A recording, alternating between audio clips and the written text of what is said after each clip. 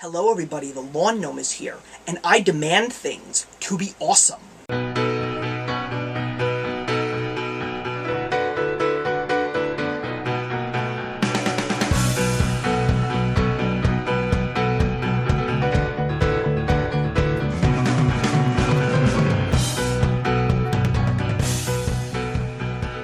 So here we are, the biggest weekend of the summer 2011 summer blockbuster season.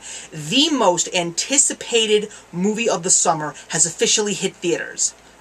No, I'm not talking about Harry Potter and the Deathly Hallows Part 2. I'm talking about the other one. No, I'm not talking about Captain America: The First Avenger. I'm talking about Transformers: Dark of the Moon. Now, after a tremendous failure with Transformers: The Revenge of the Fallen, Michael Bay had made a promise to Transformers fans that this movie was going to be better. It was going to include less human interaction, it was going to cut out Megan Fox completely, it was going to include much more robot and character development, and of course, plenty of battle sequences and lots of patented Michael Bay explosions. Someone needs to learn how to keep their promises. Why must you turn one of the most unbelievable childhood wonders of my life into a house of lies? Okay, let's break this movie down, bit by bit, shall we? By the way, there may be some spoilers in this, so if you just want to see the verdict, turn the video off now and go to the end. Okay, so the first hour of this movie is pure unadulterated crap. I mean, it doesn't even matter how many special guest stars you throw into this movie. John Malkovich, Frances McDormand, Patrick Dempsey, even the science fiction television and film god, Leonard Nimoy, voicing the new major voice in this film, which is Sentinel Prime. You've got to make a movie that actually has some kind of a plot. I didn't understand what the hell was going on.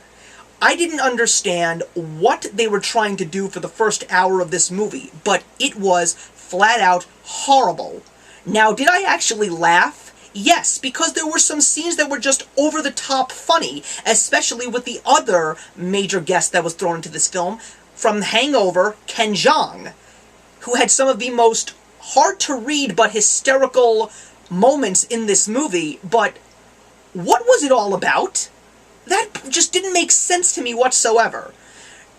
And a lot of people were trash-talking these movies because of Megan Fox. Well, she's gone now, and they threw another beautiful woman into this movie whose name pretty much escapes me right now because for this movie it's practically irrelevant. Let me tell you guys something. Transformers to me is big robots turning into cars and fighting the forces of evil, meaning the Autobots versus the evil forces of the Decepticons. Okay? That's Transformers to me. There should be no humans in this movie whatsoever. I don't care about Shia LaBeouf. I don't care about John Turturro. They should not be in this movie. It is robots, it is action, it is fighting, it is explosions. Okay, move on to the second hour of this movie.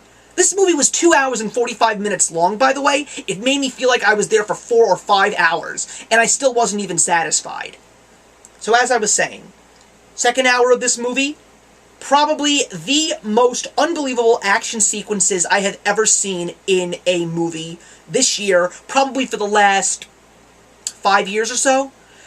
I gotta tell you, that was some of the most unbelievable action I have seen, and I loved the fact that the Transformers, when they were fighting, it wasn't really about gunfights and lasers. They were actually fighting with their fists and with weapons. It was pretty intense, and there were just some moments in these action sequences that just made your jaw hit the floor because you were just awestruck with what you were looking at. But what was that all about?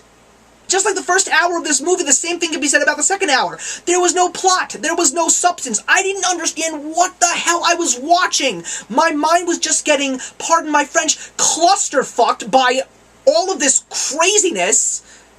And then when the movie is finally over, I just say to myself, why? Why did you take something that had so much promise and turn it into this monstrosity of a movie? I would much rather have gone back home and pulled out, and I'm going to do that right now. This is the first, ladies and gentlemen. I would have taken this out, and I would have watched this instead. Basically, where am I going with this? My verdict on Transformers Dark of the Moon is a lousy 1 out of 4. Michael Bay, I just want to say congratulations, because you have officially destroyed my childhood. So that's it, everybody. I just hope at this point in time, they don't even think about doing a Transformers 4, because the rumors are Michael Bay is officially leaving this project. Take these movies and bury them deep underground, and let's never speak of them again. Comment, like, and subscribe, guys. Tell your friends. The question that I want to leave with you today is, Leonard Nimoy, while he actually voiced Sentinel Prime in this movie, there was a reason why they chose him, because he has a major link to the Transformers franchise. Do you know what it is? I'm the Lawn Gnome, and remember, actions speak louder than words.